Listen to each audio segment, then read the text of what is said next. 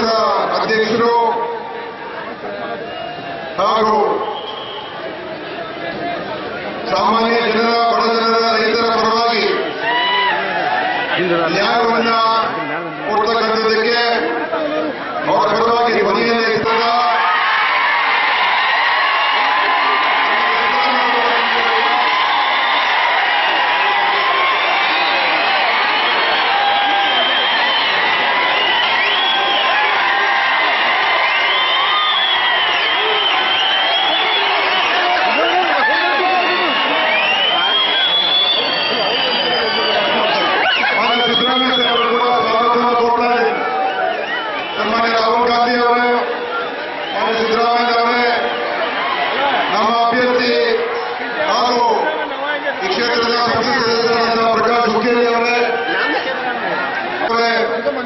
ಮಹೇಶ್ ಗುಂಡಳ್ಳಿ ಅವರೇ, ಎಐಸಿಸಿ ಕಾರ್ಯದರ್ಶಿ ಆಗಿರ್ತಕ್ಕಂಥ ಶಿವಮೂರ್ತಿ ಠಾಕೂರ್ ಅವರೇ, ಶ್ರೀಮತಿ ಲಕ್ಷ್ಮೀ ಹೆಬ್ಬಾಳ್ಕರ್ ಅವರೇ, ಶ್ರೀಮತಿ ಪಾಟೀಲ್ ಅವರೇ, ಎಲ್ಲ ಶಾಸಕ ಮಿತ್ರರೇ, ಎಲ್ಲ ಮಾಜಿ ಶಾಸಕರೇ, ಮಾದೇಶ್ ಕೌಜಲ್ಗಿ ಅವರೇ, ಎಲ್ಲ ಗಣ್ಯರೇ ಹಾಗೂ ಎಲ್ಲ ಮುಖಂಡರುಗಳೇ, ಸಭೆಗೆ ಆಗಮಿಸಿರ್ತಕ್ಕಂಥ ಎಲ್ಲ ಈ ಕ್ಷೇತ್ರದ ಎಲ್ಲ ಸಹೋದರ ಸಹೋದರಿಯರೇ, ಮೈತ್ರಿಯ ಸರ್ಕಾರ ರಚನೆ ಮಾಡಿ ಇವತ್ತು ನಾವು ಚುನಾವಣೆ ಎದುರಿಸ್ತಾ ಇದ್ದೇವೆ. ನಿನ್ನೆ ಮೊದಲನೇ ಹಂತದ ಚುನಾವಣೆ ಮುಕ್ತಾಯ ಆಗಿದೆ. ಸುಮಾರು 14 ಕ್ಷೇತ್ರಗಳಲ್ಲಿ ಈ ಚುನಾವಣೆ ಆಗಿದೆ. ನಾನು ಹೇಳೋದಕ್ಕೆ ಬಹಳ ಸಂತೋಷದಿಂದ ಬಯಸ್ತಾ ಇದ್ದೇನೆ. ಈ 14 ಕ್ಷೇತ್ರಗಳಲ್ಲಿ ಕಾಂಗ್ರೆಸ್ ಮತ್ತು ಜೆಡಿಎಸ್ ಎರಡೂ ಸೇರಿ ಸುಮಾರು 11 ಖಚಿತವಾಗಿ ಗೆದ್ದೇ ಗೆಲ್ಲುತ್ತೆ. ಆ ರೀತಿಯಾದಂತಹ ಒಂದು ವಾತಾವರಣ ನಿರ್ಮಾಣ ಆಗಿರತಕ್ಕಂಥದ್ದು. ಅಂದ್ರೆ ಇವತ್ತು ಭಾರತೀಯ ಜನತಾ ಪಕ್ಷವನ್ನ ತೆಗಿಬೇಕು.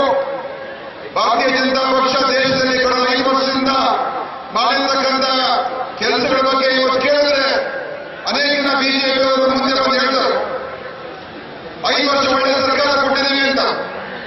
ನಾನು ಹೇಳ್ತಕ್ಕಂಥದ್ದು ಒಂದೇ ಒಂದು 5 ವರ್ಷದಿಂದ ನಾವು ಏನ್ ಮಾಡಿದ್ದೀರಾ ಅದನ್ನ ಹೇಳಿ ಸ್ವಾಮಿ ಅಂತ ಹೇಳಿದ್ರೆ ಯಾರು ಕೂಡ ಏನ್ ಹೇಳೋದಕ್ಕೂ ಕೂಡ ಗೊತ್ತಾಗ್ತಾರೆ. ಏನ್ ಸಾಧನೆ ಏನು ಅಂತ ಕೇಳಿದ್ರೆ ಇಲ್ಲ ನಾವು ರಾಷ್ಟ್ರವಾದಿಗಳು.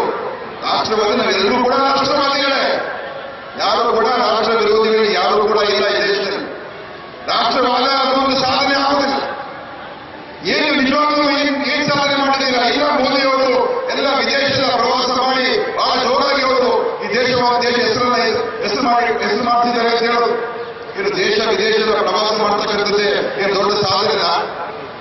ನಮ್ಮ ಪ್ರಧಾನಮಂತ್ರಿಗಳು ಅವರ ಪ್ರಧಾನಮಂತ್ರಿಗಳಲ್ಲ, ಅವರು ಪ್ರಚಾರ ಮಂತ್ರಿ ಆಗಿದ್ದಾರೆ ಹೊರತು ಅವರು ಪ್ರಧಾನಮಂತ್ರಿ ಆಗಿಲ್ಲ. ಕೇವಲ ಪ್ರಚಾರ ಮಾಡಿಕೊಂಡೇ ತಿರುಗಾಡಿದ್ರೆ ಹೊರತು ಕೆಲಸ ಏನ್ ಮಾಡಿದ್ದೀರಾ? ಅದಕ್ಕೆ ನೋಡಿ ನಿನ್ನೆ ಮೋದಿಯವರು ಬಂದಿದ್ರು, ಬಾಗಲಕೋಟೆಗೆಲ್ಲ ಬಂದಿದ್ರು, ಚಿಕ್ಕೋಡಿ ಕೂಡ ಬಂದಿದ್ರು. ಅವರ ಭಾಷಣವನ್ನು ನಾವೆಲ್ಲ ಕೂಡ ಕೇಳೋದು. ಎಲ್ಲೂ ಕೂಡ ಮೋದಿಯವರು ಅವರು ರಾಷ್ಟ್ರದಲ್ಲಿ ಏನ್ ಹೇಳಿದ್ರು ಅಂತ ಹೇಳಿದ್ರೆ ಕರ್ನಾಟಕದ ಸರ್ಕಾರದ ಬಗ್ಗೆ ಟೀಕೆ ಮಾಡಿದ್ರು, ಬೇರೆ ಬೇರೆ ವಿಚಾರಗಳ ಬಗ್ಗೆ ಏನೋ ಹೇಳಿದ್ರು, ಕುಮಾರಸ್ವಾಮಿ ಸರ್ಕಾರದ ಬಗ್ಗೆ ಹೇಳಿದ್ರು, ನಮ್ಮ ಕಾಂಗ್ರೆಸ್ನ ವಿಚಾರದಲ್ಲಿ ಮಾತಾಡಿದ್ರು, ಮತ್ತು ಏರ್ ಸ್ಟ್ರೈಕ್ ಬಗ್ಗೆ ಮಾತಾಡಿದ್ರು, ಬಾಗಲಕೋಟ್ ಬಗ್ಗೆ ಮಾತಾಡಿದ್ರು. ಆದ್ರೆ ನಾನು ಹೇಳ್ತಕ್ಕಂಥ ಪ್ರಧಾನಮಂತ್ರಿಗಳೇ, ತಾವು 5 ವರ್ಷ ಸರ್ಕಾರ ನಡೆಸಿದ್ರಲ್ಲ, ಏನು ಭರವಸೆ ತಾವು 2016 ಇಸ್ವಿಯಲ್ಲಿ ಕೊಟ್ಟಿದ್ರಿ ಅದ್ರ ಬಗ್ಗೆ ಯಾಕೆ ಮಾತಾಡ್ತಾ ಇಲ್ಲ? ಇದೇ ಮೂಲವಾಗಿರ್ತಕ್ಕಂಥ ಪ್ರಶ್ನೆ ಇವತ್ತು ನಾನು ಪ್ರಧಾನಮಂತ್ರಿಗೆ ಕೇಳಕ್ಕೆ ಇಷ್ಟಪಡ್ತಾ ಇದ್ದೇನೆ. ನೀವು ಯಾಕೆ 5 ವರ್ಷದಲ್ಲಿ ನಾನೇ ಹಿಂದೆ ಹೇಳಿದ್ದೆ ಈಗೆಲ್ಲ ಮಾಡಿ ತೋರಿಸಿದ್ದೀನಿ ಅಂತ ಯಾಕೆ ನಿಮ್ಗೆ ಹೇಳೋದಕ್ಕೆ ನೈತಿಕತೆ ಇಲ್ಲ? ಯಾಕೆ ಹೇಳೋದಕ್ಕೆ ನಿಮಗೆ ತಾಕತ್ತಿಲ್ಲ ಅಂತ ಪ್ರಧಾನಮಂತ್ರಿ ಮೋದಿ ಅವರಿಗೆ ಕೇಳ್ತಾ ಇದ್ದೀರಾ? ನೀವು ಯುವಕರಿಗೆ ಉದ್ಯೋಗ ಕೊಡ್ತೀರಾ ಅಂತ ಹೇಳಿದ್ರಿ. ಇವತ್ತು ನೀವು ಬಂದು ಹೇಳಬೇಕಾಗಿದ್ದು ನೋಡಿ 5 ವರ್ಷದ ಇಷ್ಟೆಲ್ಲ ಕೆಲಸ ಮಾಡಿ ಇಷ್ಟೊಂದು ಕೋಟಿ ಯುವಕರಿಗೆ ಉದ್ಯೋಗ ಕೊಟ್ಟಿದೆ ಅಂತ ಹೇಳಬೇಕಾಗಿ ಯಾಕೆ ನೀವು ಹೇಳ್ತಾ ಇಲ್ಲ? ನೀವು ಹೇಳಿದ್ರೆ ರೈತರಿಗೆ ನಾನು ಆದಾಯವನ್ನು ದ್ವಿಗುಣ ಮಾಡ್ತೀನಿ, ಬೆಂಬಲ ಬೆಲೆ 50% ಅಷ್ಟು ಹೆಚ್ಚು ಬರತಕ್ಕಂಥ ಬೆಂಬಲ ಬೆಲೆ ಕೊಡ್ತೀನಿ ಅಂತ ನೀವು 2014 ಇಸ್ವಿಯಲ್ಲಿ ಹೇಳಿದ್ರಿ. ಈಗ ನೀವು ಬಂದು ಹೇಳಬೇಕಾಗಿತ್ತು ನನ್ನ 5 ವರ್ಷದಲ್ಲಿ ರೈತರಿಗೆ ಬಹಳ ದೊಡ್ಡ ರೀತಿಯಲ್ಲಿ ಅಭಿವೃದ್ಧಿ ಮಾಡಿಸಿದ್ದೇನೆ, ಕೃಷಿ ಕ್ರಾಂತಿಯಾಗಿದೆ, ರೈತರಿಗೆ ಇವತ್ತು ಅತಿ ಹೆಚ್ಚಿನ ಬೆಂಬಲ ಬೆಲೆ ಕೊಟ್ಟಿದ್ದೇನೆ ಅಂತ ಹೇಳ್ತಕ್ಕಂಥ ಮಾತು ನಿಮ್ಮ ಭಾಷಣ ಬರಬೇಕಾಗಿ ಅದು ಹೇಳಿಲ್ಲ. ನೀವು ಕಪ್ಪು ಹಣ ವಾಪಸ್ ತಗೊಂಡ್ಬರ್ತೀನಿ ವಿದೇಶದಿಂದ 100 ದಿವಸ ವಾಪಸ್ ತಗೊಂಡು ಬಂದು ರೂಪಾಯಿ ಆದರೂ ಕೂಡ ವಿದೇಶದಿಂದ ಕಪ್ಪು ಹಣ ವಾಪಸ್ ತಗೊಂಡ್ಬರ್ತಾರೆ. ಯಾಕೆ ನೀವು ಅದ್ರ ಬಗ್ಗೆ ಪ್ರಸ್ತಾವ ಮಾಡ್ತಾ ಇಲ್ಲ? ಯಾಕೆ ಅದ್ರ ಬಗ್ಗೆ ನೀವು ಹೇಳ್ತಾ ಇಲ್ಲ? ಯಾಕೆ ನಿಮ್ಮ ಭಾಷಣದಲ್ಲಿ ವಿಚಾರಗಳು ಪ್ರಸ್ತಾವ ಆಗ್ತಾ ಇಲ್ಲ? ನಿಜವಾಗ್ಲೂ ಹೇಳಬೇಕಾದ್ರೆ ಈ 5 ವರ್ಷದಲ್ಲಿ ಸ್ವಿಸ್ ಬ್ಯಾಂಕ್ನಲ್ಲಿ ಎಷ್ಟು ಕಪ್ಪು ಹಣ ಅಥವಾ ಯಾವುದೇ ಅಕೌಂಟ್ ದುಡ್ಡೇನಿದ್ದಲ್ಲಿ ಈ 5 ವರ್ಷದಲ್ಲಿ 50% ಹೆಚ್ಚಾಗಿದೆ. ನಮ್ಮ ಭಾರತ ದೇಶದ ಹಣ ಭಾರತೀಯರು ಇಟ್ಕೊಂಡಿರ್ತಕ್ಕಂಥ ಅಕೌಂಟ್ಗಳಲ್ಲಿ 50% ಹೆಚ್ಚು ಹಣ ಸ್ವಿಸ್ ಬ್ಯಾಂಕ್ ಆಗಿದೆ ಹೊರತು ಯಾವ 1 ರೂಪಾಯಿ ಕೂಡ ವಾಪಸ್ ತಗೊಂಡು ಬರಲಿಲ್ಲ. ಸೊ ನಿಮ್ಮ ಸಾಧನೆ ಏನು? ಏನೂ ಇಲ್ಲ. ಅದಕ್ಕೋಸ್ಕರ ನೀವು ಹೇಗಾದ್ರೂ ಮಾಡಿ ತಪ್ಪಿಸ್ಕೊಂಡು ಹೋಗೋದಕ್ಕೆ ನಮ್ಮ ಸರ್ಕಾರದ ಬಗ್ಗೆ ಟೀಕೆ ಮಾಡಿ ನಾನು ಹೇಳುವಂಥದ್ದು, ನಮ್ಮ ಸರ್ಕಾರ ಟೀಕೆ ಮಾಡಿ, ಕುಮಾರಸ್ವಾಮಿ ನೇತೃತ್ವದ ಈ ಮೈತ್ರಿ ಸರ್ಕಾರ ಟೀಕೆ ಮಾಡಿ. ಆದ್ರೆ ಈ ಚುನಾವಣೆ ಆಗ್ತಾ ಇರೋದು ನಮ್ಮ ಸರ್ಕಾರದ ಪರ್ಫಾರ್ಮೆನ್ಸ್ ಮೇಲೆ ಅಲ್ಲ. ಈ ಚುನಾವಣೆ ಅದು ಬಂದಾಗ, ಅಸೆಂಬ್ಲಿ ಚುನಾವಣೆ ಬಂದಾಗ ನೀವು ಮಾತಾಡೋಣ. ಕರ್ನಾಟಕದಲ್ಲಿ ಏನಾಯಿತು, ಸರ್ಕಾರ ಯಾವ ರೀತಿ ಕೆಲಸ ಮಾಡಿದೆ, ಏನೇನು ಸಾಧನೆ ಮಾಡಿದೆ ಅಂತ ನೀವು ಅವತ್ತು ಬಗ್ಗೆ ಮಾತಾಡ್ಬೋದು.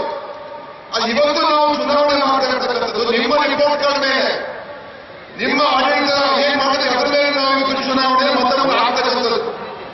ಅದಕ್ಕೆ ನಿಮ್ಗೆ ಯಾಕೆ ಮಾತಾಡಕ್ಕೆ ಆಗ್ತಾ ಇಲ್ಲ ಅಂತ ಹೇಳಿದ್ರೆ, ನಿಮ್ಮ ರಿಪೋರ್ಟ್ ಕಾರ್ಡಲ್ಲಿ ನಿಮ್ಮ ಯಾವ್ಯಾವ ಆಶ್ವಾಸನೆ ಕೊಟ್ಟಿದ್ರಿ ಏನೋ ಮಾಡಕ್ಕಾಗ್ತದೆ. ನೀವು ಫೇಲ್ ಆಗಿದ್ದೀರಾ ಮೋದಿ ಅವರೇ, ನೀವು ಪಾಸ್ ಆಗಿಲ್ಲ ನಿಮ್ಮ ಎಕ್ಸಾಮ್ ನಲ್ಲಿ, ನೀವು ಫೇಲ್ ಆಗಿದ್ದೀರಾ. ಬರೀ ಸುಳ್ಳು ಹೇಳ್ಕೊಂಡು ಇವತ್ತು ಪ್ರಚಾರ ಮಾಡ್ಕೊಂಡು ಹೋರಾಡ್ತಾ ನೀವು. ಇವತ್ತೊಂದು ಬ್ಲಫ್ ಮಾಸ್ಟರ್ ಅಂತ ಹೇಳ್ಬೇಕು ನಿಮಗೆ. ಹೆಸರು ಅಂತ ಹೇಳಿದ್ರೆ ಬ್ಲಫ್ ಮಾಸ್ಟರ್ ಆಗಿದ್ದೀರಾ ನೀವು. ಬರೀ ಸುಳ್ಳು ಹೇಳ್ಕೊಂಡು ಜನರಿಗೆ ದಾರಿ ತಪ್ಪಿಸುವಂತ ಕೆಲಸ ಮಾಡಿ ಯಾವ ಸಾಧನೆ ಬಗ್ಗೆ ಮಾತಾಡ್ತಾ ಇಲ್ಲ. ಮತ್ತು ಇವತ್ತು ಬಂದು ಮುಂದೆ ಏನ್ ಮಾಡ್ತೀನಿ ನಾನು ನಮ್ಮ ರೈತರಿಗೆ ಹೇಳಬೇಕಾಗಿ, ನಮ್ಮ ಯುವಕರಿಗೆ ಹೇಳಬೇಕಾಗಿ, ನೋಡಪ್ಪ ನಾನು 5 ವರ್ಷ ಏನು ಮಾಡಕ್ಕಾಗಿಲ್ಲ, ಮುಂದೆ ಆದ್ರೂ ಮಾಡ್ತೀನಿ, ಇನ್ನೊಂದು ಅವಕಾಶ ಕೊಡಿ ಅಂತ ಹೇಳಬೇಕಾಗಿ. ಮುಂದೆ ಏನ್ ಮಾಡಿದ್ರೆ ಅದ್ರ ಬಗ್ಗೆ ನಾನು ಮಾತಾಡ್ತಾ ಇಲ್ಲ, ಹಿಂದೆ ಏನ್ ಮಾಡಿದ್ರೆ ಅದ್ರ ಬಗ್ಗೆ ಮಾತಾಡ್ತಾ ಇಲ್ಲ, ಮುಂದೆ ಏನ್ ಮಾಡಿದ್ರೆ ಅದ್ರ ಬಗ್ಗೆ ಮಾತಾಡ್ತಾ ಇಲ್ಲ. ಕೇವಲ ನೀವು ಏನಂತ ಭಾಷಣ ಇದೆ ನಿಮ್ಮದು. ಆ ಕಾರಣದಿಂದ ಜನ ಅರ್ಥ ಮಾಡ್ಕೋಬೇಕು.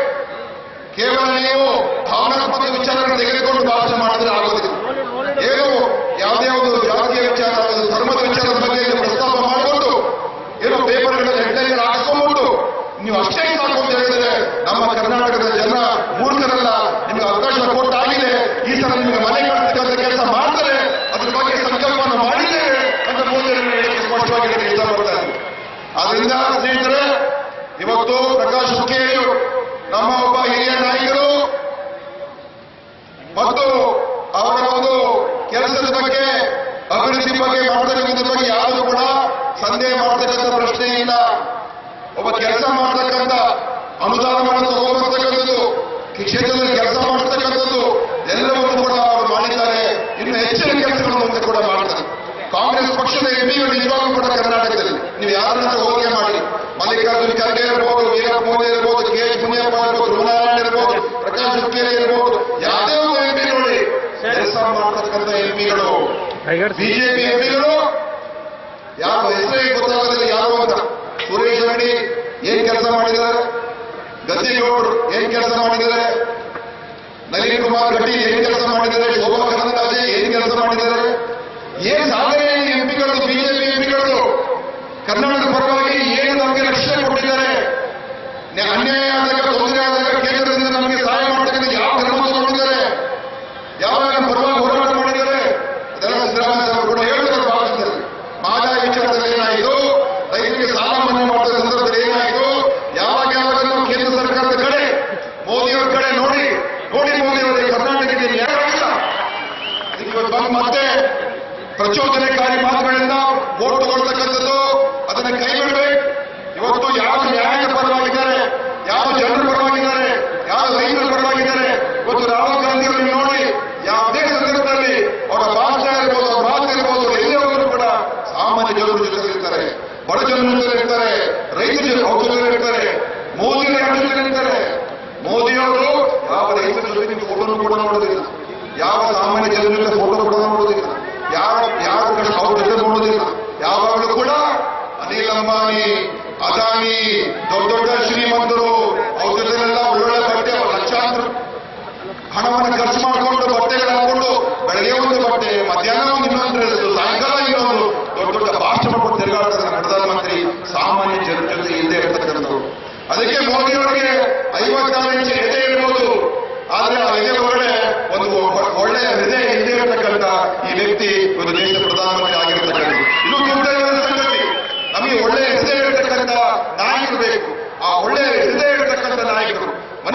ಇರ್ತಕ್ಕಂಥ ನಾಯಕರು ಮತ್ತು ಜನಪರವಾಗಿ ಕಾಳಜಿ ಇರ್ತಕ್ಕಂಥ ನಾಯಕರು ಈ ದೇಶದಲ್ಲಿ ಯಾರಾದರೂ ಇದೆ, ಅದು ಸನ್ಮಾನ್ಯ ಶ್ರೀ ರಾಹುಲ್ ಗಾಂಧಿ ಅವರು. ಇದನ್ನು ಬಹಳ ಹೆಮ್ಮೆಯ ವಿಚಾರ.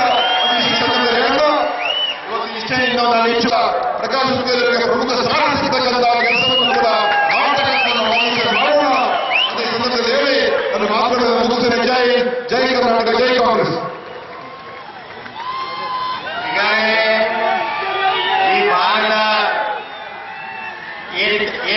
ಕೇಂದ್ರದಿಂದ ಏನ್ ಕೆಲಸ ಆಗಬೇಕು ಅದನ್ನ ನಾನು ಎಐಸಿಸಿ ಅಧ್ಯಕ್ಷರ ಗಮನಕ್ಕೆ ತಂದಿದ್ದೀನಿ.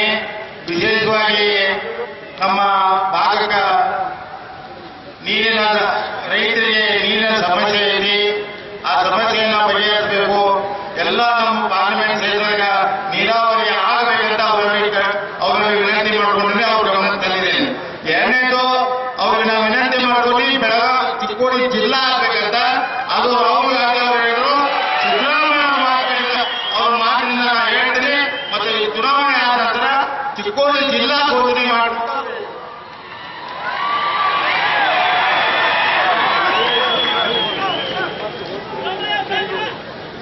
ಇದಾದ ನಂತರ ನಮ್ಮ ರಾಷ್ಟ್ರೀಯ ನಾಯಕರು, ರಾಷ್ಟ್ರೀಯ ಕಾಂಗ್ರೆಸ್ ಪಕ್ಷದ ಅಧ್ಯಕ್ಷರಾದಂತ ಸನ್ಮಾನ್ಯ ರಾಹುಲ್ ಗಾಂಧೀಜಿ ಅವರು ತಮ್ಮ ಎದುರುಗಡೆ ತಮ್ಮ ಮಾತನ್ನು ಆಡಬೇಕಂತ ತಮ್ಮೆಲ್ಲರ ಪರವಾಗಿ ಅವರಿಗೆ ವಿನಂತಿ ಮಾಡಬಹುದು. ಜಿಲ್ಲಾ ಕೇಂದ್ರವನ್ನಾಗಿ ಮಾಡಬೇಕು ಅಂತೇಳಿ ರಾಹುಲ್ ಗಾಂಧಿ ಅವರ ಹತ್ರ ಮನವಿಯನ್ನ ಮಾಡಿದ್ದಾರೆ.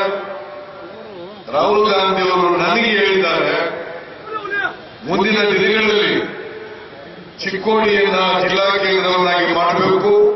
ಹಾಗೆಯೇ ಇನ್ನೂ ಒಂದು ಮನವಿ ಇದೆ, ಗೋಕಾಕನ್ನು ಕೂಡ ಜಿಲ್ಲಾ ಮಾಡಬೇಕು ಅಂತಕ್ಕಂಥದ್ದು. ಇವೆಲ್ಲರೂ ಕೂಡ ಗಮನದಲ್ಲಿ ಇಟ್ಕೊಂಡು ಚಿಕ್ಕೋಡಿ ಹೊಸ ಜಿಲ್ಲೆ ಮಾಡಲಿಕ್ಕೆ ನಾವು ಸಮ್ಮಿಶ್ರ ಸರ್ಕಾರದಲ್ಲಿ ಪ್ರಾಮಾಣಿಕ ಪ್ರಯತ್ನವನ್ನು ಮಾಡುತ್ತೇವೆ ಅಂತಕ್ಕಂಥ ಮಾತನ್ನ ತಮಗೆ ತಿಳಿಸಲಿಕ್ಕೆ ಬಯಸ್ತಾರೆ. देश में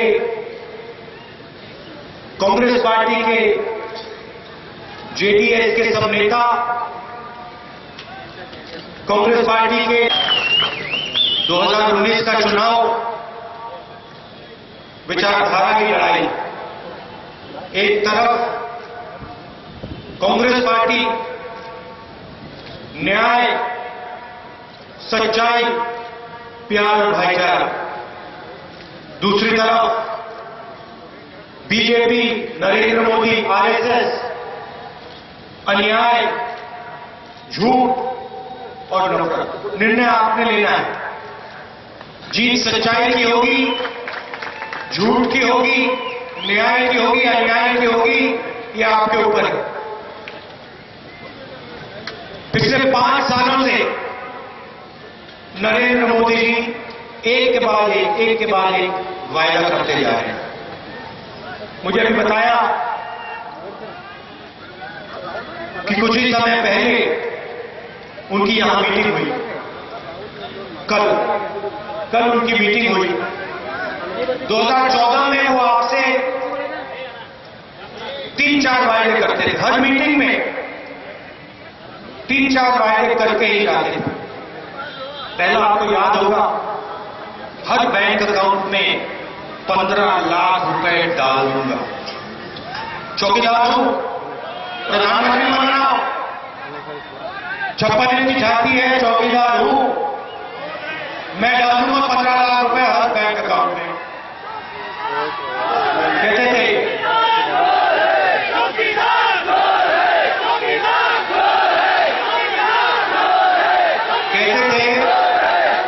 मुझे प्रधानमंत्री नहीं बनना, मुझे देश का चौकीदार बनाओ। अब हुआ क्या, यहां पे बहुत सारे किसान हैं। आपने कभी किसान के घर के सामने चौकीदार देखा है? बेरोजगार युवा के घर के सामने चौकीदार देखा है कभी? अनिल अंबानी के घर के सामने चौकीदार देखा है? विजय माल्या, ललित मोदी, नीरव मोदी, मेहुल चौकसी के घर के सामने देखा है ना? लाइन लगी रहती है चौकीदारों की। नरेंद्र मोदी जी आपके चौकीदार नहीं है, देश के चौकीदार नहीं है, अनिल अंबानी के चौकीदार हैं। और चौकीदारी उन्होंने अनिल अंबानी की गवाह की। 45,000 करोड़ रुपए बैंक का कर्जा लेकर अनिल अंबानी गया, जेल के बाहर है, वापस नहीं किया उसने कर्जा, मगर जेल के बाहर है। प्रधानमंत्री वायुसेना की बात करते हैं, बालाकोट की बात करते हैं, पुलवामा की बात करते हैं, मगर आपसे मीटिंग में नहीं कहते कि 30,000 करोड़ रुपए उन्होंने वायुसेना से चोरी कर अनिल अंबानी को। वो आपको ये नहीं कहते कि 70 साल से हिंदुस्तान एरोनॉटिकल लिमिटेड सरकारी कंपनी, कर्नाटक की कंपनी, बेंगलोर की कंपनी एयरफोर्स के लिए हवाई जहाज बना रही है। वो ये नहीं कहते कि उन्होंने फ्रांस के राष्ट्रपति से कहा कि HAL को कॉन्ट्रैक्ट नहीं मिलना चाहिए, राफेल का कॉन्ट्रैक्ट अनिल अंबानी को जाना चाहिए। वो आपसे मीटिंग में नहीं बताते कि उन्होंने फ्रांस के राष्ट्रपति से कहा कि 526 करोड़ रुपए का हवाई जहाज नहीं खरीदा जाएगा, 1600 करोड़ रुपए का हवाई जहाज हिंदुस्तान खरीदे। वो आपसे ये नहीं कहते कि उन्होंने फ्रांस के राष्ट्रपति से कहा कि हिंदुस्तान में हवाई जहाज बनाने की कोई जरूरत नहीं, बेंगलोर में हवाई जहाज बनाने की कोई जरूरत नहीं, कर्नाटक में हवाई जहाज को बनाने की कोई जरूरत नहीं, हवाई जहाज फ्रांस में बनेगा। बस अनिल अंबानी को 30,000 करोड़ रुपए आप दे दो। ये मैं नहीं कह रहा भाइयों बहनों, ये फ्रांस के राष्ट्रपति ने दुनिया की मीडिया से कहा है। इंटरनेट पे जाकर देख लीजिए, नाम हॉलैंड है, गूगल करिए मोदी हॉलैंड, उस पर लिखा होगा, आपको मिलेगा। चौकीदार ये 3.5 लाख करोड़ रुपए नरेंद्र मोदी जी ने 15 लोगों को माफ किया है कर्जा। और जब किसान के कर्जे की बात आती है, चाहे कर्नाटक हो, मध्य प्रदेश हो, राजस्थान हो, छत्तीसगढ़ हो, पंजाब हो, नरेंद्र मोदी जी कहते हैं किसानों का कर्जा माफ करना मेरा काम नहीं है, मैं नहीं करूंगा, मेरी पॉलिसी नहीं। आपको याद होगा यहां पे सही दाम किसने दिलवाया आपको गन्ने का? कौन सी सरकार ने आपको गन्ने के लिए सही दाम दिलवाया? कांग्रेस पार्टी की सरकार ने। हर भाषण में नरेंद्र मोदी जी कहते हैं किसानों को सही दाम दिलवाऊंगा, MSP नहीं बढ़ाते, उल्टा आपसे आपका बोनस छीन लेते। आप लोग बीमा का पैसा देते हो, अपनी जेब से देते हो, और हिंदुस्तान के डिस्ट्रिक्ट उन्होंने बांट रखे हैं। 10-15 डिस्ट्रिक्ट बीमा के लिए अनिल अंबानी को, 10-15 अदानी को। और जब आपका नुकसान होता है, आंधी आती है, तूफान होता है, आपका नुकसान होता है, तो फिर आपको कहा जाता है नहीं भैया आपको ही आपका बीमा का पैसा नहीं मिलेगा। 10,000 करोड़ रुपए आपके बीमा का पैसा नरेंद्र मोदी जी ने 15-20 बिजनेसमैन को दिया है। ये आपसे नरेंद्र मोदी जी नहीं कहते। तो कुछ महीने पहले मैंने कांग्रेस पार्टी के थिंक टैंक बुलाया, इकोनॉमिस्ट को बुलाया, उनसे मैंने कहा देखिए बात बताइए, मैं एक बात समझना चाहता हूं। नरेंद्र मोदी जी ने पिछले 5 साल अन्याय किया, 15 लाख रुपए देने का वायदा किया, झूठा। मैं सच्चाई समझना चाहता हूं, अगर हिंदुस्तान की सरकार हिंदुस्तान के सबसे गरीब 20% लोगों के बैंक अकाउंट में पैसा डालना चाहती है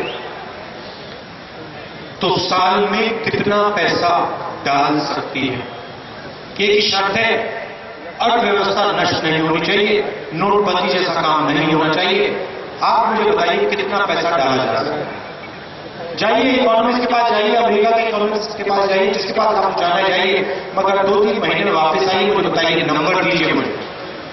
मुझे थियरी नहीं चाहिए, किताब नहीं चाहिए, भाषण नहीं चाहिए, मुझे एक नंबर चाहिए, मुझे नंबर दे दीजिए। कुछ ही दिन पहले वापस आए, मुझे कागज पे 72,000 नंबर लिख के दे दिया। 72,000 गरीबी पर बात मैं आपको समझाता हूं। जैसे ही 2019 का चुनाव खत्म होगा, जैसे ही कांग्रेस पार्टी की सरकार बनेगी,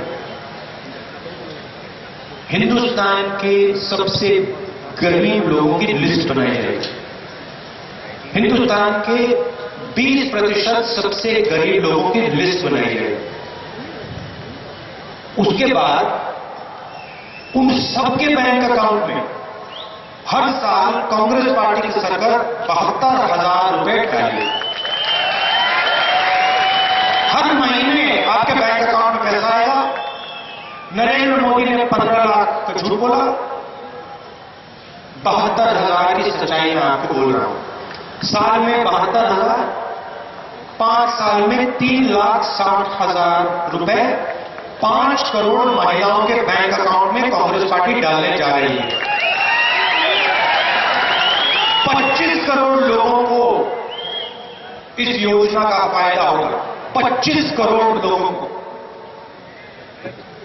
आप सोचिए, नरेंद्र मोदी जी ने नोटबंदी की, गब्बर सिंह टैक्स लागू किया और आपके जेब में से उन्होंने पैसा निकाला।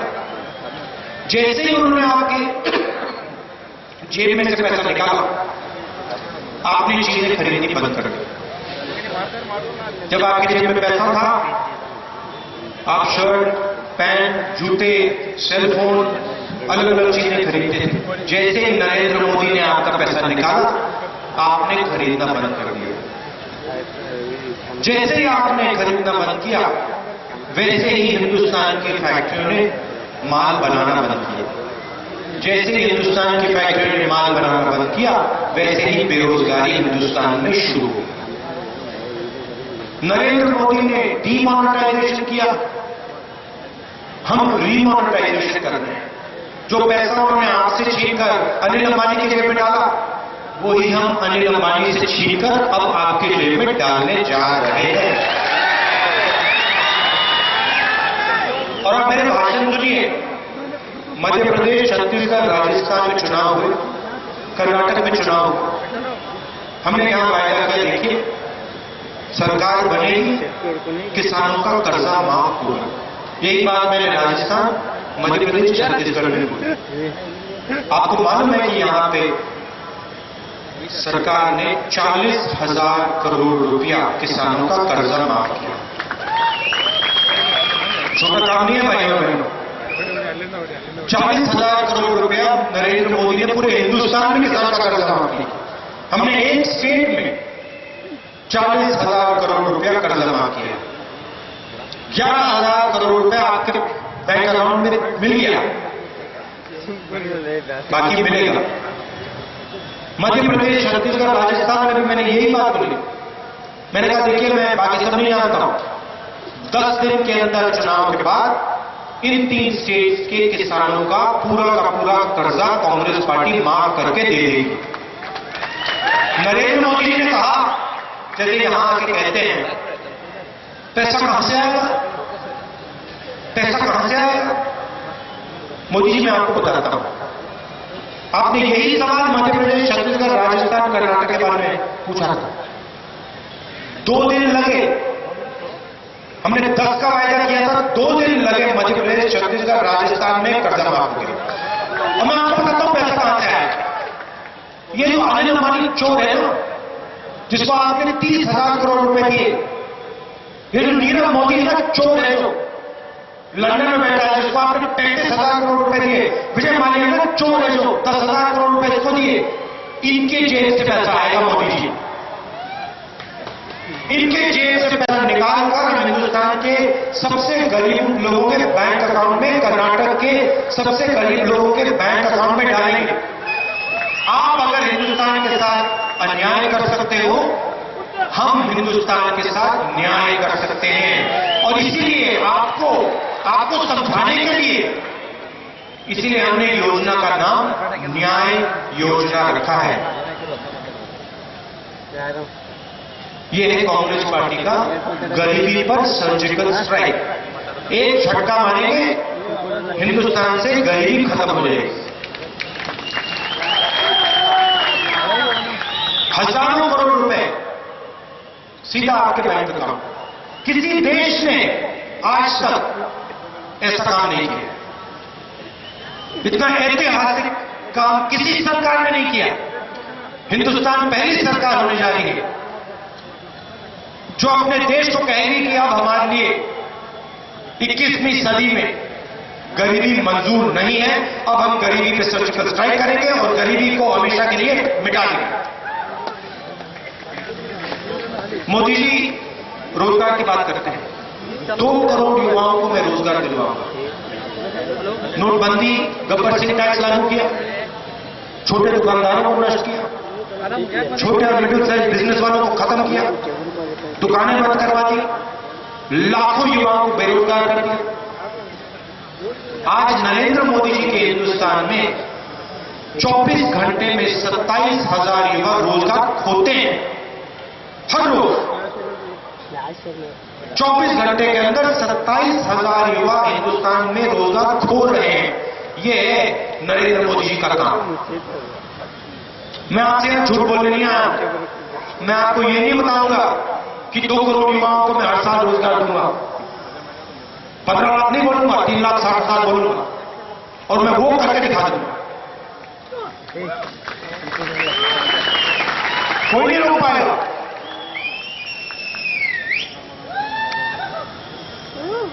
तो 22 लाख सरकारी नौकरियां आज खाली हैं, नरेंद्र मोदी जी ने भरी नहीं है।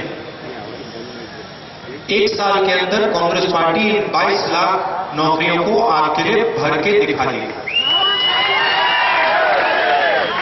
दूसरी बात, 10 लाख युवाओं को पंचायतों में रोजगार दिया जा सकता है। कांग्रेस पार्टी 10 लाख युवाओं को पंचायतों में रोजगार दे के दिखा देगी।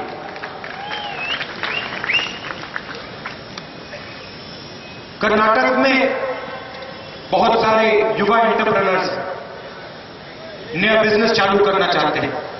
बाकी देश में भी लाखों करोड़ों युवा बिजनेस चालू करना चाहते हैं, मगर जब भी युवा बिजनेस चालू करना चाहता है उसे सरकारी ऑफिस में परमिशन लेनी पड़ती है। एक के बाद एक ऑफिस में जाओ, परमिशन लो, 10-15 बार परमिशन लो कि भैया मुझे बिजनेस शुरू करना है। हमने मैनिफेस्टो में साफ लिख दिया है, हम देश में रोजगार पैदा करवाना चाहते हैं। किसी भी युवा को बिजनेस चालू करने के लिए किसी भी सरकारी ऑफिस से 3 साल के लिए परमिशन लेने की कोई जरूरत नहीं। खत्म। आप जाओ, अपना बिजनेस चालू करो, दूसरे युवाओं को रोजगार दो। जब आपका बिजनेस मजबूत हो जाएगा, 3 साल बाद आप जाके सरकार से परमिशन लीजिए। और मैं आपको यहां से बता रहा हूं, नरेंद्र मोदी ने इन चोरों को बैंक का पैसा दिया। हम अनिल अंबानी को, मेहुल चौकसी, नीरव मोदी जैसे लोगों को पैसा नहीं देंगे। जिन युवाओं ने देश को रोजगार देने का काम किया, उनको हम बैंक का लोन देंगे। जितने लोगों को आप, जितने युवाओं को आप रोजगार दोगे, उतना ज्यादा बैंक का पैसा आपके बैंक अकाउंट में कांग्रेस पार्टी की सरकार देगी। किसानों की मैं थोड़ी सी बात करना चाहता हूं।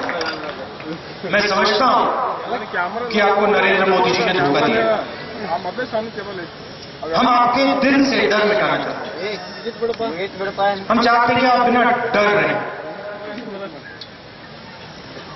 तो अगले साल 2019 में जैसे ही हमारी सरकार बनेगी, हमने 2 ऐतिहासिक निर्णय हिंदुस्तान के किसानों के लिए लिए।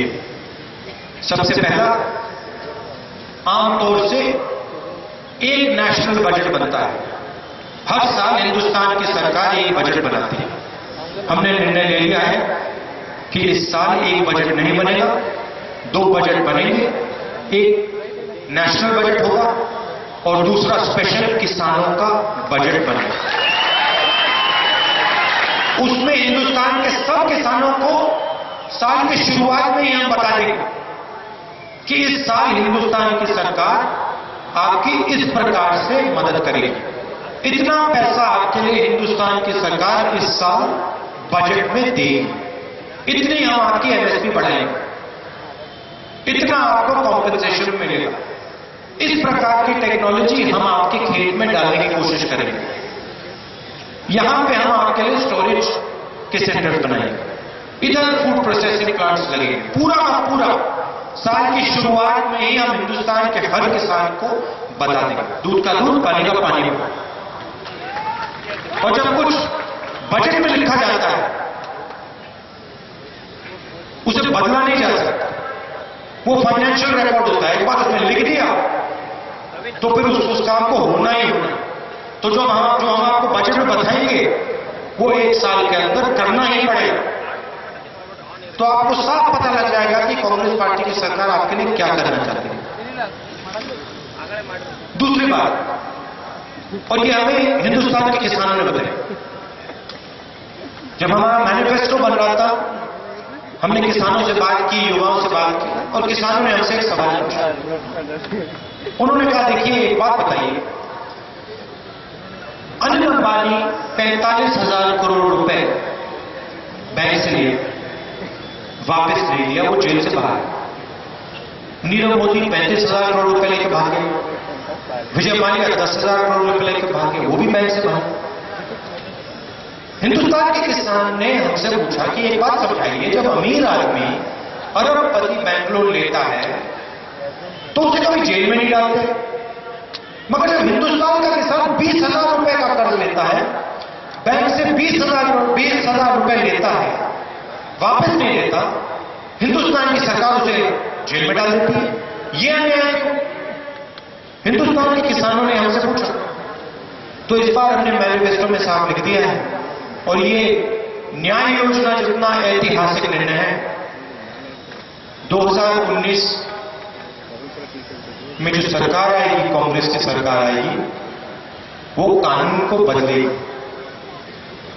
2019 के बाद हिंदुस्तान के किसी भी किसान को, चाहे कर्नाटक का हो, महाराष्ट्र का हो, बिहार का हो, उत्तर प्रदेश का हो, हिंदुस्तान के किसी भी किसान को कर्ज न लौटाने के लिए जेल में नहीं डाला जा सकेगा।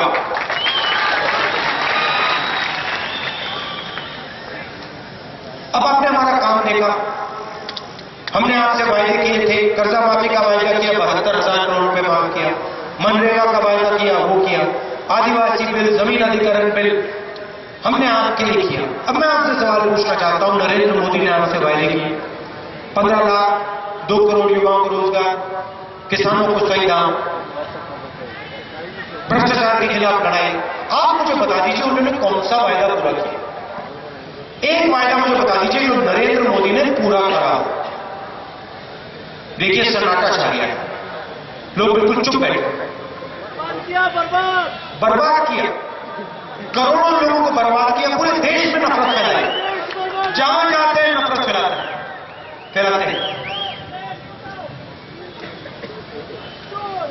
बोलने का तरीका, अडवाणी जी देखिए, हिंदुस्तान में गुरु से जरूरी, गुरु से बड़ी चीज नहीं होती। नरेंद्र मोदी जी धर्म की बात करते हैं,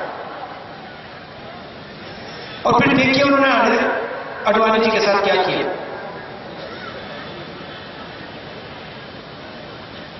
उनको शर्म आनी चाहिए। अडवाणी जी ने नरेंद्र मोदी जी को खड़ा किया, और नरेंद्र मोदी ने 2 मिनट में अडवाणी जी को परे किया।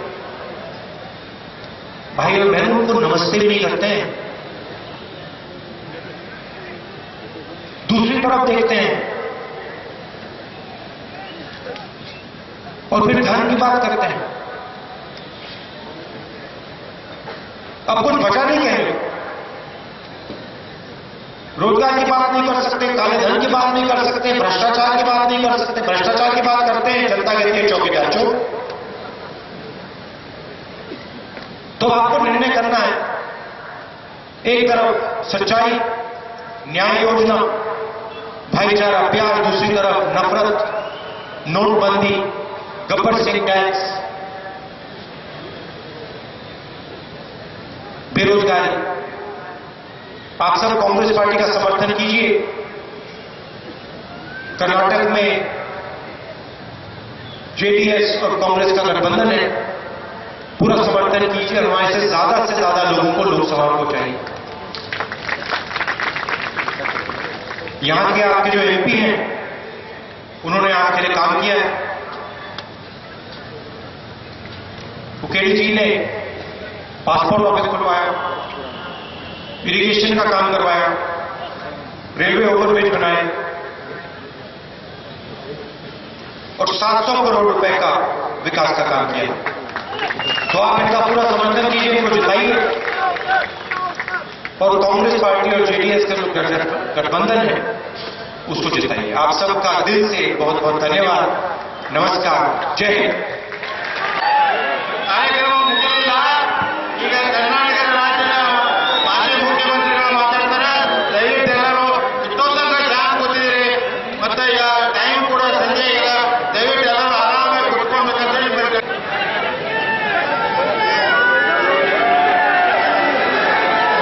ಮಾನ್ಯ ರಾಹುಲ್ ಗಾಂಧಿ ಅವರೇ, ಕೆಪಿಸಿಸಿ ಅಧ್ಯಕ್ಷರಾದಂಥ ದಿನೇಶ್ ಗುಂಡೂರಾವ್ ಅವರೇ, ಬೆಳಗಾವಿ ಜಿಲ್ಲೆಯ ಉಸ್ತುವಾರಿ ಸಚಿವರಾದಂಥ ಕ್ಷೇತ್ರದ ಶ್ರೀ ಪ್ರಕಾಶ್ ಹುಕ್ಕೇರಿ ಅವರೇ,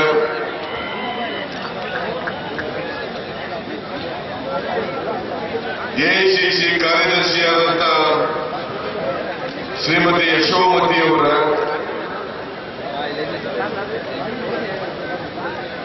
ಜಿಲ್ಲಾ ಕಾಂಗ್ರೆಸ್ಸಿನ ಅಧ್ಯಕ್ಷರಾದಂಥ ಶ್ರೀ ಚಿಂಗ್ಳೆ ಅವರೇ, ಈ ಭಾಗದ ಇತರ ಎಲ್ಲ ಮುಖಂಡರ, ಇಲ್ಲಿ ಇಷ್ಟೊಂದು ಅಪಾರ ಸಂಖ್ಯೆಯಲ್ಲಿ ಸೇರಿರ್ತಕ್ಕಂಥ ಎಲ್ಲ ಆತ್ಮೀಯ ಬಂಧುಗಳೇ, ತಾಯಂದಿರ, ಮಾಧ್ಯಮದ ಗೆಳೆಯರು, ಇವೆಲ್ಲರೂ ಕೂಡ ರಾಹುಲ್ ಗಾಂಧಿಯವರ ಭಾಷಣವನ್ನ ಕೇಳಿದ್ದೀರಿ. ರಾಹುಲ್ ಗಾಂಧಿಯವರು ಒಬ್ಬ ಅಪರೂಪದ ಈ ರಾಷ್ಟ್ರದ ರಾಜಕಾರಣಿ ಇರ್ತಕ್ಕಂಥದನ್ನ ತಮಗೆ ತಿಳಿಸಲಿಕ್ಕೆ ಬಯಸ್ತಾ ಇದೆ. ಜನಪರವಾದಂಥ ಕಾಳಜಿ ಇರ್ತಕ್ಕಂಥ, ಎಲ್ಲಕ್ಕಿಂತ ಮುಖ್ಯವಾಗಿ ಮನುಷ್ಯತ್ವ ಇರ್ತಕ್ಕಂಥ, ಎಲ್ಲರನ್ನು ಸಮಾನವಾಗಿ ಕಾಣ್ತಕ್ಕಂಥ, ಎಲ್ಲ ಧರ್ಮದವರನ್ನು ಕೂಡ ಸಮಾನವಾಗಿ ಕಾಣ್ತಕ್ಕಂಥ ಒಬ್ಬ ಅಪರೂಪದ ನಾಯಕ ಅಂತಕ್ಕಂಥದನ್ನು ತಮಗೆ ತಿಳಿಸಲಿಕ್ಕೆ ಬಯಸ್ತಾ ಇದೆ. ಈ ಚುನಾವಣೆಯಲ್ಲಿ ನನಗಿರ್ತಕ್ಕಂಥ ಮಾಹಿತಿ ಪ್ರಕಾರ ಇಡೀ ದೇಶದಲ್ಲಿ ಇವತ್ತು ಒಂದು ಕಡೆ ಮತೀಯವಾದಿಗಳು, ಕೋಮುವಾದಿ ಭಾರತೀಯ ಜನತಾ ಪಕ್ಷ ಮತ್ತು ಅದರ ಮಿತ್ರ ಪಕ್ಷಗಳು, ಇನ್ನೊಂದು ಕಡೆ ಜನತಂತ್ರದಲ್ಲಿ ನಂಬಿಕೆ ಇಟ್ಟಿರ್ತಕ್ಕಂಥ ಜಾತ್ಯತೀತ ಶಕ್ತಿಗಳು, ಇವುಗಳ ನಡುವೆ ನಡೀತಕ್ಕಂಥ ಈ ಚುನಾವಣೆ ಅಂತಕ್ಕಂಥದನ್ನ ತಾವೆಲ್ಲರೂ ಕೂಡ ಅರ್ಥ ಮಾಡ್ಕೋಬೇಕಾಗ್ತದೆ. ಇವತ್ತು ಈ ಚುನಾವಣೆಯಲ್ಲಿ ನಾವೆಲ್ಲರೂ ಕೂಡ ನಮ್ಮ ಜವಾಬ್ದಾರಿ, ನಮ್ಮ ಕರ್ತವ್ಯ ಈ ದೇಶದ ಜನತಂತ್ರವನ್ನು ಉಳಿಸತಕ್ಕಂಥದ್ದು, ಸಂವಿಧಾನವನ್ನು ರಕ್ಷಣೆ ಮಾಡತಕ್ಕಂಥದ್ದು, ಸಾಮಾಜಿಕ ನ್ಯಾಯವನ್ನ ಎತ್ತಿಡಿತಕ್ಕಂಥದ್ದು. ಇದು ಇವತ್ತು ನಾವೆಲ್ಲರೂ ಕೂಡ ಮಾಡಬೇಕಾಗಿರ್ತಕ್ಕಂಥ ಕೆಲಸ. ಭಾರತೀಯ ಜನತಾ ಪಕ್ಷಕ್ಕೆ ಜನತಂತ್ರದಲ್ಲಿ ನಂಬಿಕೆ ಇಲ್ಲ, ಸಂವಿಧಾನದಲ್ಲಿ ನಂಬಿಕೆ ಇಲ್ಲ. ನರೇಂದ್ರ ಮೋದಿ ಅವರಿಗೆ ಇವತ್ತು ಪ್ರಜಾತಂತ್ರದಲ್ಲಿ ನಂಬಿಕೆ ಇಲ್ಲದೆ ಎಲ್ಲ ಸಂವಿಧಾನಾತ್ಮಕವಾದಂತಹ ಸಂಸ್ಥೆಗಳನ್ನ ದುರ್ಬಲಗೊಳಿಸ್ತಾ ಇದ್ದಾರೆ. ಅದು ಇನ್ಕಮ್ ಟ್ಯಾಕ್ಸ್ ಡಿಪಾರ್ಟ್ಮೆಂಟ್ ಇರಬಹುದು, ಇಡಿ ಇರಬಹುದು, ಸಿಬಿಐ ಇರಬಹುದು, ರಿಸರ್ವ್ ಬ್ಯಾಂಕ್ ಇರಬಹುದು, ಎಲೆಕ್ಷನ್ ಕಮಿಷನ್ ಇರಬಹುದು, ನ್ಯಾಯಾಲಯಗಳಿರಬಹುದು. ಎಲ್ಲ ಸಂಸ್ಥೆಗಳನ್ನ ಇವತ್ತು ಅಧಿಕಾರ ದುರುಪಯೋಗ ಮಾಡಿಕೊಂಡು ಆ ಸಂಸ್ಥೆಗಳನ್ನ ದುರ್ಬಲಗೊಳಿಸಿ ಇವತ್ತು ಸ್ವೇಚ್ಛಾ ಪ್ರವೃತ್ತಿಯನ್ನ ನರೇಂದ್ರ ಮೋದಿ ಅವರು ಇವತ್ತು ಮಾಡ್ತಾ ಇದ್ದಾರೆ. ಅದರಿಂದ ಈ ಚುನಾವಣೆಯಲ್ಲಿ ನಾವು ನರೇಂದ್ರ ಮೋದಿ ಯಾವುದೇ ಕಾರಣಕ್ಕೆ ಸರ್ವಾಧಿಕಾರಿ ಆಗಬಾರದು. ಒಂದು ವೇಳೆ ಏನಾದರೂ ನರೇಂದ್ರ ಮೋದಿ ಗೆದ್ರೆ ಈ ದೇಶದಲ್ಲಿ ಸರ್ವಾಧಿಕಾರಿ ಆಗ್ತಾರೆ, ಮತ್ತೆ ಚುನಾವಣೆ ನಡೀತದೆ ಅಂತಕ್ಕಂಥದ್ದನ್ನು ಊಹಿಸಲಿಕ್ಕೂ ಕೂಡ ನಾವು ಸಾಧ್ಯ ಇಲ್ಲ ಅಂತಕ್ಕಂಥದ್ದನ್ನ ಇವತ್ತು ನಾವು ಅರ್ಥ ಮಾಡ್ಕೋಬೇಕಾಗ್ತದೆ. ಭಾರತೀಯ ಜನತಾ ಪಕ್ಷದವರಿಗೆ ನಾನು ಪದೇ ಪದೇ ಹೇಳ್ತಾ ಇದ್ದೆ, ಅವರಿಗೆ ಸಾಮಾಜಿಕ ನ್ಯಾಯದಲ್ಲಿ ನಂಬಿಕೆ ಇಲ್ಲ ಅಂತೇಳಿ. ನೀವು ನೋಡಿ, ಇವತ್ತು ಭಾರತೀಯ ಜನತಾ ಪಕ್ಷದವರು 27 ಅಭ್ಯರ್ಥಿಗಳನ್ನ ಕರ್ನಾಟಕದಲ್ಲಿ ನಿಲ್ಲಿಸಿದ್ದಾರೆ. 27 ಅಭ್ಯರ್ಥಿಗಳಲ್ಲಿ ಒಬ್ಬನೇ ಒಬ್ಬ ಹಿಂದುಳಿದ ಜಾತಿಯವರಿಗೆ ಟಿಕೆಟ್ ಕೊಟ್ಟಿಲ್ಲ. ಇದನ್ನು ನೀವು ಅರ್ಥ ಮಾಡ್ಕೋಬೇಕು. ಒಬ್ಬನೇ ಒಬ್ಬ ಹಿಂದುಳಿದ ಜಾತಿಯವರಿಗೆ ಟಿಕೆಟ್ ಕೊಟ್ಟಿಲ್ಲ. ಒಬ್ಬ ಅಲ್ಪಸಂಖ್ಯಾತರಿಗೆ ಟಿಕೆಟ್ ಕೊಟ್ಟಿಲ್ಲ. ಅದೇ ಕಾಂಗ್ರೆಸ್ ಮತ್ತು ಜೆಡಿಎಸ್ 8 ಜನರಿಗೆ ಹಿಂದುಳಿದವರಿಗೆ ಟಿಕೆಟ್ಗಳನ್ನು ಕೊಟ್ಟಿದ್ದೇವೆ. 8 ಜನರಿಗೆ 3 ಜನ ಕುರುಬರು, 2 ಜನ ಈಡಿಗರು, ಒಬ್ಬ ಸವಿತಾ ಸಮಾಜದವನು, ಒಬ್ಬ ಬೆಸ್ಟಲ್ ಸಮಾಜದವನು, ಒಬ್ಬ ಅತ್ಯಂತ ಮೈಕ್ರೋಸ್ಕೋಪಿಕ್ ಬ್ಯಾಕ್ವರ್ಡ್ ಕ್ಲಾಸ್ ಸೇರಿದವನು ಅಸ್ಟ್ರೋಟಿಕ್, ಒಬ್ಬ ಮುಸ್ಲಿಂ ರಿಜ್ವಾನ್, ಒಬ್ಬ ಡಿ.ಆರ್. ಪಾಟೀಲ್. ನಾನು ಕೇಳ್ತೇನೆ, ಯಡಿಯೂರಪ್ಪ, ಅಮಿತ್ ಶಾ, ನರೇಂದ್ರ ಮೋದಿ, ನಿಮಗೆ ಹಿಂದುಳಿದವರು ಓಟ್ ತಗೊಳ್ತೀರಿ, ಹಿಂದುಳಿದವರಿಗೆ ಒಂದು ಟಿಕೆಟ್ ಕೊಡ್ಲಿಕ್ಕಾಗಲ್ಲ. ಇವರು ಹಿಂದುಳಿದವರಿಗೆ ಯಾರು ಓಟ್ ಹಾಕಬೇಕು ಅಂತ ಟಿಕೆಟ್ ಕೊಟ್ಟಿಲ್ಲ. ನಾನು ಕೇಳ್ತೇನೆ, ಎಲ್ಲ ಹಿಂದುಳಿದವರಲ್ಲಿ, ದಲಿತರಲ್ಲಿ, ಅಲ್ಪಸಂಖ್ಯಾತರಲ್ಲಿ ಕೈ ಜೋಡಿಸಿ ಪ್ರಾರ್ಥನೆಯನ್ನು ಮಾಡ್ತೇನೆ. ನಿಮಗೆ ಸ್ವಾಭಿಮಾನ ಇದ್ರೆ ಈ ಚುನಾವಣೆಯಲ್ಲಿ ನೀವು ಭಾರತೀಯ ಜನತಾ ಪಕ್ಷಕ್ಕೆ ಒಂದೇ ಒಂದು ವೋಟನ್ನ ಹಾಕಬಾರದು. ಭಾರತೀಯ ಜನತಾ ಪಕ್ಷ ಮಾತ್ರ ಅವರಿಗೆ ತಕ್ಕ ಪಾಠ ಕಲಿಸಿದಾಗ ಆಗ್ತದೆ ಅಂತ ಅರ್ಥ ಮಾಡಿದಂತ ಇದು ಇವತ್ತು ಅವರು ಮಾಡಿರ್ತಕ್ಕಂಥ ಕೆಲಸ. ಇಲ್ಲಿ ಈಶ್ವರಪ್ಪ ಬರ್ತಾರೆ, ಬಹಳ ಶುದ್ಧ ನಾಯಕ ಬಿಡ್ತಾರೆ. ಈಶ್ವರಪ್ಪ, ನೀನು ಹಿಂದುಳಿದ ನಾಯಕನ ನೀನು.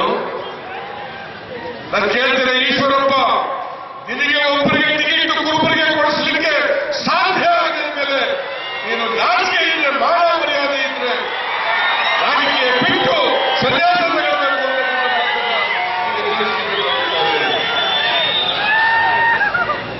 ಅಂತ ಹಿಂದುಳಿದ ಪರವಾಗಿಲ್ಲ, ದಲಿತರ ಪರವಾಗಿಲ್ಲ, ರೈತರ ಪರವಾಗಿಲ್ಲ. ನಾನು ರೈತರಿಗೆ, ಕಬ್ಬು ಬೆಳೆಗಾರರಿಗೆ, ಪ್ರಕಾಶ್ ಹುಕ್ಕೇರಿ ಮಂತ್ರಿ ಇದ್ರು, ಅವರು ನನ್ನ ಮಂತ್ರಿ ಮಾಡಿದ್ರು, ಸಕ್ಕರೆ ಮಂತ್ರಿ ಆಗಿದ್ರು.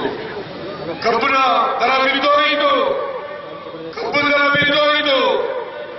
ನಾನು ಪ್ರಕಾಶ್ ಹುಕ್ಕೇರಿ ಹೇಳಿದೆ, ಕಬ್ಬು ಬೆಳೆಗಾರರ ಜೊತೆ ಮಾತಾಡಿ ಅವರಿಗೆ ನಾವು ಸಹಾಯ ಮಾಡಬೇಕು, ರೈತರ ಕಷ್ಟಕ್ಕೆ ಸ್ಪಂದಿಸಬೇಕು ಅಂತೇಳಿ ಯಾವುದಾದ್ರೂ ಸರ್ಕಾರ ಒಂದು ಟನ್ ಕಬ್ಬಿಗೆ 350 ರೂಪಾಯಿ ಕೊಟ್ಟಿದ್ರೆ ಅದು ನಮ್ಮ ಸರ್ಕಾರ ಅಂತ ಅರ್ಥ ಮಾಡಬೇಕಾಗಿದೆ.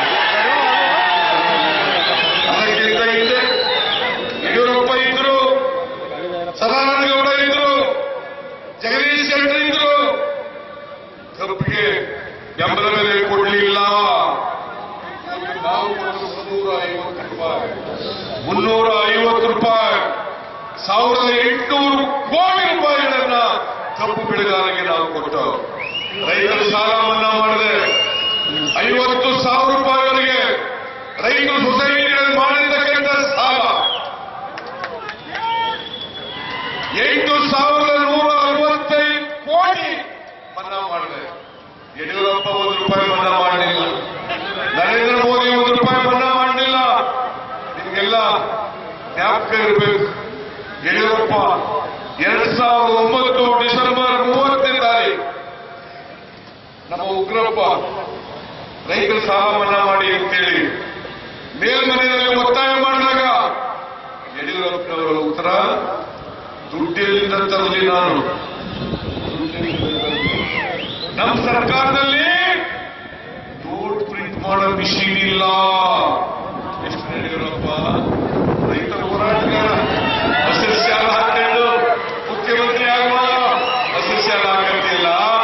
ನೀನು ರೈತರ ಬಗ್ಗೆ ಮಾತಾಡಲಿಕ್ಕೆ ಯಾವ ನೈತಿಕ ಹಕ್ಕಿದೆ ಅಂತಕ್ಕಂಥದ್ದು ಇವತ್ತು ಜನ ಅರ್ಥ ಮಾಡಬೇಕಾಗ್ತದೆ.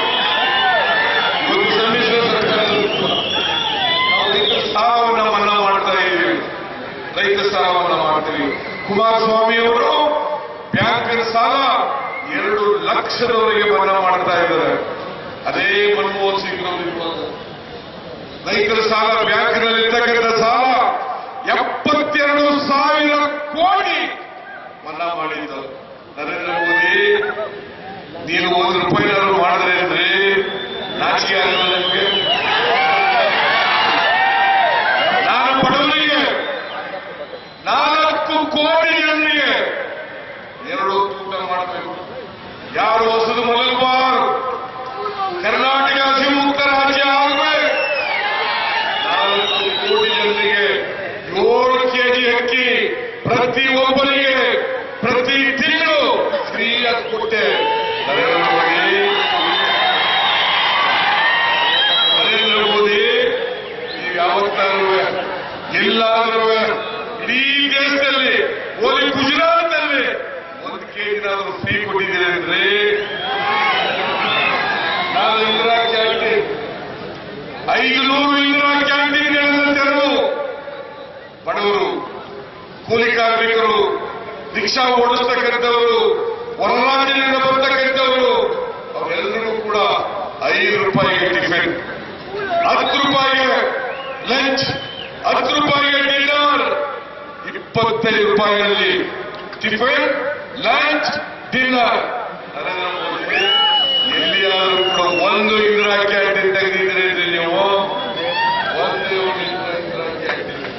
ನೀವು ಹಿಂದುಳಿದವರು ಪರವಾಗಿಲ್ಲ, ರೈತರ ಪರವಾಗಿಲ್ಲ, ಯುವಕರಿಗೆಲ್ಲ ಹೇಳಿದ್ರೆ 2 ಕೋಟಿ ಹುದ್ದೆ ಒಂದು ವರ್ಷಕ್ಕೆ 10 ವರ್ಷಗಳಲ್ಲಿ 10 ಕೋಟಿ 5 ವರ್ಷಗಳಲ್ಲಿ 10 ಕೋಟಿ ಹುದ್ದೆ. ನರೇಂದ್ರ ಮೋದಿಜಿ 10 ಲಕ್ಷ ಕೊಟ್ಟಿದ್ರಿ. ಪಾಪ ಆ ಯುವಕರು ಕೆಲಸ ಸಿಗ್ತದೆ ಅಂತ ಹೇಳಿದ್ರು. ಅವ್ರಿಗೆಲ್ಲ ಪ್ರಮಾಣಲೋಕ ಮುಗಿಸಿ ಅವರಿಗೆ ಕೆಲಸ ಕೊಡಿ ಅಂತಂದ್ರೆ ನೀವು ಪಕೋಡ ಮಾರಕ್ ಹೋಗಿ ಅಂತ ಹೇಳಿದ್ರಲ್ಲ. ನರೇಂದ್ರ ಮೋದಿ, ಅಮಿತ್ ಶಾ ನಾಚಿಕೆ ಅಂತಕ್ಕಂಥ ಮಾತು. 15 ಲಕ್ಷ ಸ್ವಿಸ್ ಬ್ಯಾಂಕ್ನಲ್ಲಿ ಕಪ್ಪು ಹಣ ಇದೆ. ಅದನ್ನು ತಂದು ಎಲ್ಲರ ಮನೆಗಳಿಗೆ, ಅವರ ಅಕೌಂಟ್ಗಳಿಗೆ 15 ಲಕ್ಷ ರೂಪಾಯಿ ಹಾಕ್ತೀನಿ ಅಂತ ಹೇಳಿದ್ರಿ. 15 ಪೈಸೆನಾದ್ರು ಹಾಕಿದ್ರಿ? 15 ಪೈಸೆನಾದ್ರು ಹಾಕಿದ್ರ? ನರೇಂದ್ರ ಮೋದಿ ಅವರು ಓಟ್ ಕೊಡ್ತೀರಾ? ನರೇಂದ್ರ ಮೋದಿ ಅವರು ಓಟ್ ಕೊಡ್ತೀರಾ? ಇವತ್ತು ದೇಶ ಕಂಡಂತ ಯಾರಾದರೂ ಮಹಾ ಸುಳ್ಳುಗಾರರಿದ್ದರೆ ಅದು ನರೇಂದ್ರ ಮೋದಿ ಮತ್ತೆ ಅಮಿತ್ ಶಾ ಅಂತಕ್ಕಂಥದ್ದನ್ನ ಅರ್ಥ ಮಾಡಬೇಕು. ಚೌಕಿದಾರ್ ಈ ಅಮಿತ್ ಶಾ ಇದ್ದಾರಲ್ಲ, 3 ವರ್ಷ ಜೈಲಿಗೆ ಹೋಗಿದ್ದಾರೆ. 3 ವರ್ಷ ಜೈಲಿಗೆ ಹೋಗ್ಬಿಟ್ಟಿದ್ದವರು. ಅವರು ನಿಮ್ಮ ಪಕ್ಷದ ಅಧ್ಯಕ್ಷರು, ಅವರು ನಿಮಗೆ ಚೌಕಿದಾರರ? ಯಡಿಯೂರಪ್ಪ ಜೈಲಿಗೆ ಹೋಗಿದ್ದರಿಂದ, ಕಟ್ಟಾ ಸುಬ್ರಹ್ಮಣ್ಯ ಜೈಲಿಗೆ ಹೋಗಿದ್ದ, ಆರಪ್ಪ ಜೈಲಿಗೆ ಹೋಗಿದ್ದ, ಕೃಷ್ಣ ಶೆಟ್ಟಿ ಜೈಲಿಗೆ ಹೋಗಿದ್ದ, ಜನಾರ್ದನ ರೆಡ್ಡಿ ಜೈಲಿಗೆ ಹೋಗಿದ್ದ. ಬೀಗ್ತನ ಮಾಡಕ್ಕೆ ಹೋಗಿದ್ರೆ ನರೇಂದ್ರ ಮೋದಿ ಅವ್ರನ್ನ ಇಟ್ಕೊಂಡು ಸಿದ್ದರಾಮಯ್ಯ ಸರ್ಕಾರ 10% ಸರ್ಕಾರ, ಕುಮಾರಸ್ವಾಮಿ ಸರ್ಕಾರ 20% ಸರ್ಕಾರ ಅಂತ ಹೇಳ್ತಿರಲ್ಲ. ನಿಮ್ಗೇನಾದ್ರು ಮಾನ ಮರ್ಯಾದೆ ಏನಾದ್ರು ಇದೆಯೇ ನರೇಂದ್ರ ಮೋದಿ? ನಾನು ಹೇಳ್ತೀನಿ, ನಿಮ್ಮ ಸರ್ಕಾರ, ನರೇಂದ್ರ ಮೋದಿ ಅವರ ಸರ್ಕಾರ 100ಕ್ಕೆ 100 ವಿಜಯ ಮಲ್ಯ ಯಾಕೆ ಓಡೋದ? ನಿಮ್ಗೆ ಗೊತ್ತಿದೆ ಓಡೋದ? ನೀರವ್ ಮೋದಿ ಯಾಕೆ ಓಡೋದ? ನಿಮ್ಗೆ ಗೊತ್ತಿದೆ ಓದೋದ? ಚೋಕ್ಸಿ ನಿಮ್ಗೆ ಗೊತ್ತಿದೆ ಓದ್ನ? ಲಲಿತ್ ಮೋದಿ ನಿಮ್ಗೆ ಗೊತ್ತಿದೆ ಓದ್ನ? ಇದೇ ವಿಜಯ ಮಲ್ಯ ಸ್ಟೇಟ್ಮೆಂಟ್ ಕೊಟ್ಟರು, ನಾವು ಅರುಣ್ ಜೇಟ್ಲಿ ಅವರಿಗೆ 7 ಮುಂಚೆನೆ ದೇಶ ಬಿಟ್ಟು ಲಂಡನ್ಗೆ ಹೋದೆ. ಅದರ ಅರ್ಥ ಏನು? ಅರುಣ್ ಜೇಟ್ಲಿ ನೀವು ಶಾಮೀಲಾಗಿದ್ದೀರಿ. ಅದಕ್ಕೆ ನಾನು ಹೇಳಿದೆ, ನರೇಂದ್ರ ಮೋದಿ ಅವರು ಚೌಕಿದಾರಲ್ಲ, ಭ್ರಷ್ಟಾಚಾರದಲ್ಲಿ ಭಾಗೀದಾರ್.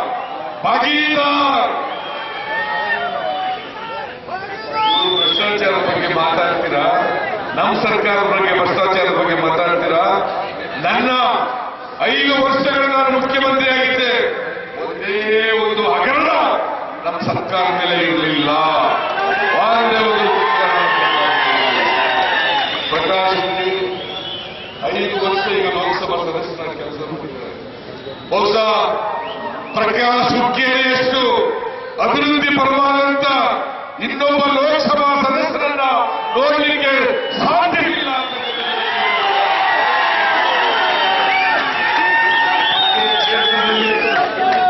ಪಕ್ಷದ ಕ್ಷೇತ್ರದಲ್ಲಿ ಸುರೇಶ್ ಅಂಗಡಿ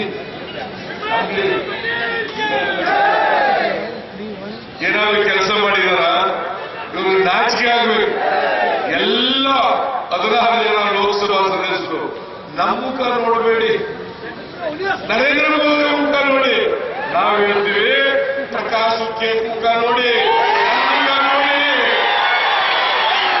ರಾಹುಲ್ ಗಾಂಧಿ ಮುಖ ನೋಡಿ, ಇವ್ರು ನೋಡಿ ಓಟ್ ಕೊಡಿ ಅಂತ ಕೇಳ್ತೀವಿ ಹೊರತು ಅವ್ರ ರೀತಿ ನಮ್ಮ ಮುಖ ನೋಡ್ಬೇಡಿ, ನರೇಂದ್ರ ಮೋದಿ ಮುಖ ನೋಡಿ.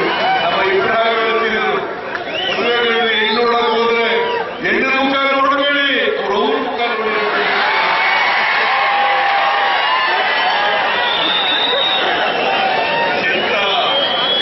ಬಿಜೆಪಿಯವರಿಗೆ, ಲಂಚ್ಗೆಟ್ಟವರಿಗೆ, ಜನವಿರೋಧಿಯಾದವರಿಗೆ, ಸಾಮಾಜಿಕ ನ್ಯಾಯದ ವಿರೋಧಿಯಾದವರಿಗೆ ಓಟ್ ಕೊಡಬೇಕಾದ್ರೆ ನೀವು ವಿಚಾರ ಮಾಡಬೇಕು. ಇಲ್ಲಿ ಪಕ್ಷದಲ್ಲಿರ್ತಕ್ಕಂಥ ಉತ್ತರ ಕನ್ನಡ ಜಿಲ್ಲಾ ಲೋಕಸಭಾ ಸದಸ್ಯ ಮಂತ್ರಿ ಅವರು ಹೇಳ್ತಾರೆ, ನಾವು ಅಧಿಕಾರಕ್ಕೆ ಬಂದಿರದೆ ಸಂವಿಧಾನ ಬದಲಾವಣೆ ಮಾಡಕ್ಕೆ. ಒಬ್ಬ ಮಂತ್ರಿಯಾಗಿ ಮಾತನ್ನು ಹೇಳ್ತಾ ಇರ್ತಾರೆ.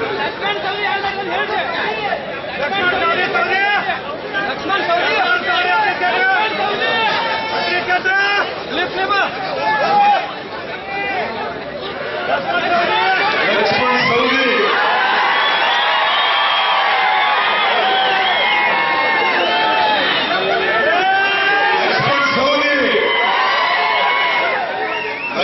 ಸವದಿ ನಾನು ಬರಗಾಲದ ಚರ್ಚೆ ಮಾಡ್ತಾ ಇದ್ರೆ ಅವರು ಬ್ಲೂ ಫಿಲ್ಮ್ ನೋಡ್ತಾ ಇದ್ದಾರೆ.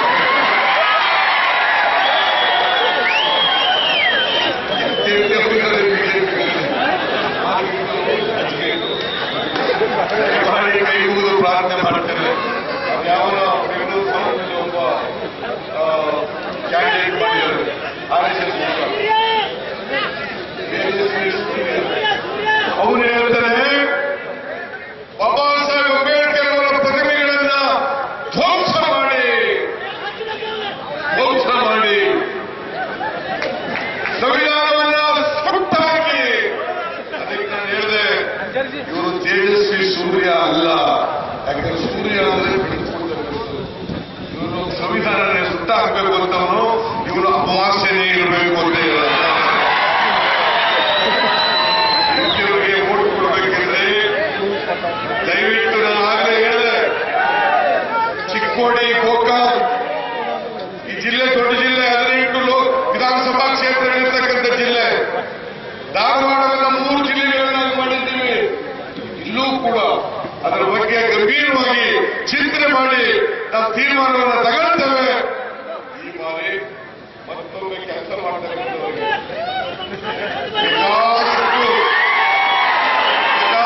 ಕೇಂದ್ರದಿಂದ ಗ್ರಾಂಟ್, ನನ್ನಿಂದ ಗ್ರಾಂಟ್ ತಗೊಂಡು ಅನೇಕ ಕೆಲಸಗಳನ್ನು ನೀರಾವರಿ, ಇವತ್ತು ಬಸವೇಶ್ವರ ಕೆಂಪೇಗೌಡ ನೀರಾವರಿ, ಪ್ರಕಾಶ್ ಹುಕ್ಕೇರಿ, ಇಲ್ಲಿ ಎಂಥದ್ದು GTTDC ಕಾಲೇಜ್ ಮಾಡಿದ್ದು ಇವರು, ಬೆಳಗಾವಿಯಲ್ಲಿ ಮೆಡಿಕಲ್ ಕಾಲೇಜ್ ಮಾಡಿದ್ದು ರೈತರ ಪರ ಕಾಳಜಿ ಇರ್ತಕ್ಕಂಥ, ಬಡವರ ಪರ ಕಾಳಜಿ ಇರ್ತಕ್ಕಂಥ, ಅಭಿವೃದ್ಧಿ ಪರ ಇರ್ತಕ್ಕಂಥ ಪ್ರಕಾಶ್ ಹುಕ್ಕೇರಿಗೆ ಮತ್ತೊಮ್ಮೆ ಚಿಕ್ಕೋಡಿ ಲೋಕಸಭಾ ಕ್ಷೇತ್ರದ ಜನತೆ ಆಶೀರ್ವಾದ ಮಾಡಿ ಲೋಕಸಭೆಗೆ ಕಳಿಸಿಕೊಡಬೇಕು.